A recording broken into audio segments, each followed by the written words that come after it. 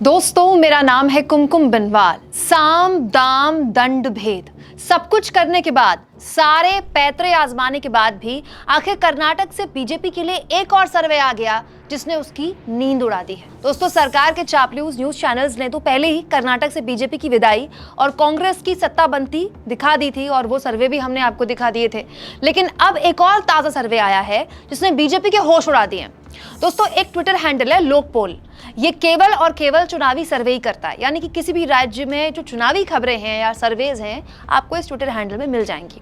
लोकपोल ने कल मार्च एंड तक का कर्नाटक का पूरा सर्वे पेश करते हुए साफ प्रेडिक्ट किया है कि कर्नाटक में बीजेपी जा रही है और कांग्रेस आ रही है। दोस्तों, लोकपोल ने अपने सर्वे में डबल इंजन वाले कर्नाटक में बीजेपी की बुरी हार दिखाते हुए उसे 66 से 69 सीटें देकर सत्ता से बेदखल किया है। और देखिए, इसी पोल में कांग्रेस की 128 से 131 सीटें आती दिख रही हैं, यानी कि आराम से बीजेपी को हराने के बाद कंफर्टेबल मेजॉरिटी के साथ कांग्रेस कर्नाटक में सरकार बनाती दिखाई दे रही है। इस पोल के हिसाब से, लोकपोल के हिसाब से उसने जो सर्वे किया है उसका सैंपल साइज है 65,000, जिसमें उसने बस सर्वे नहीं किया है, बकायदा कर्नाटक का जोन वाइज सर्वे किया है। हर जोन में आप देखिए बीजेपी की हार और कांग्रेस को बढ़त देते हुए इस पोल ने दिखाया है। वैसे ये सर्वे कौन सी नई बात कर रहा है? हमारे यहाँ तो नेताओं से बड़ा कोई चुनावी वैज्ञानिक होता नहीं है ना। कोई जाने न जाने नेता जान लेते हैं कि आने वाले चुनाव में क्या होने वाला है।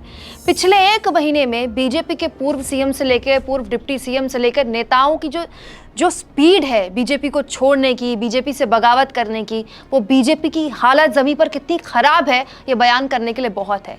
ये सब कुछ तब हो रहा है दोस्तों जब बीजेपी ने कर्नाटक में वो सब कुछ किया है जिसे लेकर मोदी जी खुद दूसरों पर ब्लेम करते हैं, दूसरों पर आरोप लगाते हैं। जैसे मोदी जी खास तौर पर परिवारवाद पर बहुत बोलते हैं, याद होगा आपको। बीजेपी की तीसरी लिस्ट में धड़ल्ले से नेताओं के बेटों को, नेताओं के बच्चों को टिकट दिया गया है। वो येदियुरप्पा जो बीजेपी आलाकमान को फूटी आंख नहीं सुहाते थे, अब टिकट बंटवारे में येदियुरप्पा के अलावा किसी की चली नहीं।